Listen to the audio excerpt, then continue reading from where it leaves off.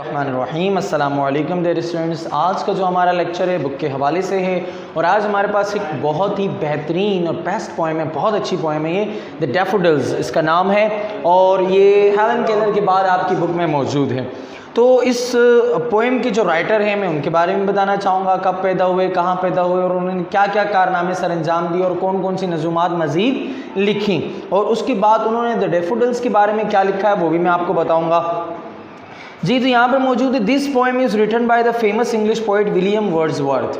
ये एक बहुत ही मशहूर शायर जो अंग्रेज़ी के मशहूर शायर है विलियम वर्ड्सवर्थ, उन्होंने लिखी है ये। He was born in the beautiful Lake district of England in the year 1770।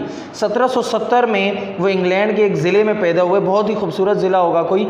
From his early days, अपनी इब्तदाई दिनों से he was very fond of flowers, वो फूलों के बहुत शौकीन थे, बर्ड्स परिंदों के शौकीन थे, लेक्स झीलों के शौकीन थे, रिवर्स दरियाओं के शौकीन थे, रॉक्स चट्टानों के एंड ट्रीज और दरख्तों के शौकीन थे। यानी कि नेचुरल जितनी चीज़ें हैं नेचर ने जो प्रोवाइड की, जो नेचुरल ब्यूटी है वो इनको बहुत पसंद थी। He used to spend much time enjoying their beauty, और ये बहुत सारा अपना जो वक्त गुजारा करते थे वो इस नेचुरल ब्यूटी से लुत्फ़अंदोज़ होकर गुजारा करते थे। He used to take long tours on foot, पैदल पैदल दूर दराज मकामात पर निकल जाते थे। And visit the beautiful natural scenes, और कुदरती मनाजिर को इंजॉय किया करते थे और विजिट किया करते थे, उनकी सैर किया करते थे। विच ही लव्ड सो मच, जो उन्हें बहुत ज़्यादा अच्छा लगता था। He started a new kind of poetry written in simple words, इन्होंने मतलब बहुत ही एक अलग किस्म की शायरी लिखना शुरू की और बहुत ही आसान अल्फाज और सादा अल्फाज में लिखना शुरू की अबाउट नेचुरल ऑब्जेक्ट्स, कुदरती अशिया के बारे में, एंड सिंपल कंट्री पीपल, और अपने लोगों के अपने जो मुल्क के सादा लोग हैं उनके बारे में। ही डाइड इन 1850, और 1850 में वो इस दुनिया से रुखसत हो गए।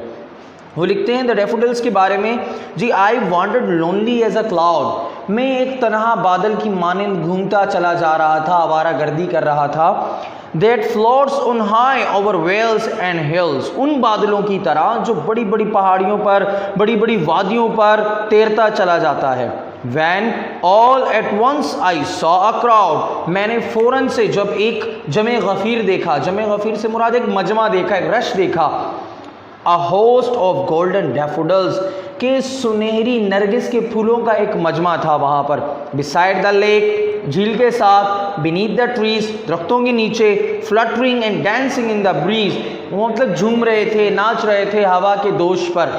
For example, कि आप ये शायरी इस तरह लिखी हुई है। अगर हम इसकी सीन को ज़रा डिस्क्रिप्शन में जाके देखें तो मतलब दरख्त हैं, साथ में जो है वो एक झील बह रही है और उसके किनारे पर दरख्त हैं, दरख्तों के बिल्कुल नीचे नरगिस के सुनहरी फूल हैं और बहुत ज़्यादा तादाद में हैं, और जब हवा चलती है वो हवा उनको अपने दोष पर उनको झूमती है, झुमाती है, वो घूमते हैं, नाचते हैं।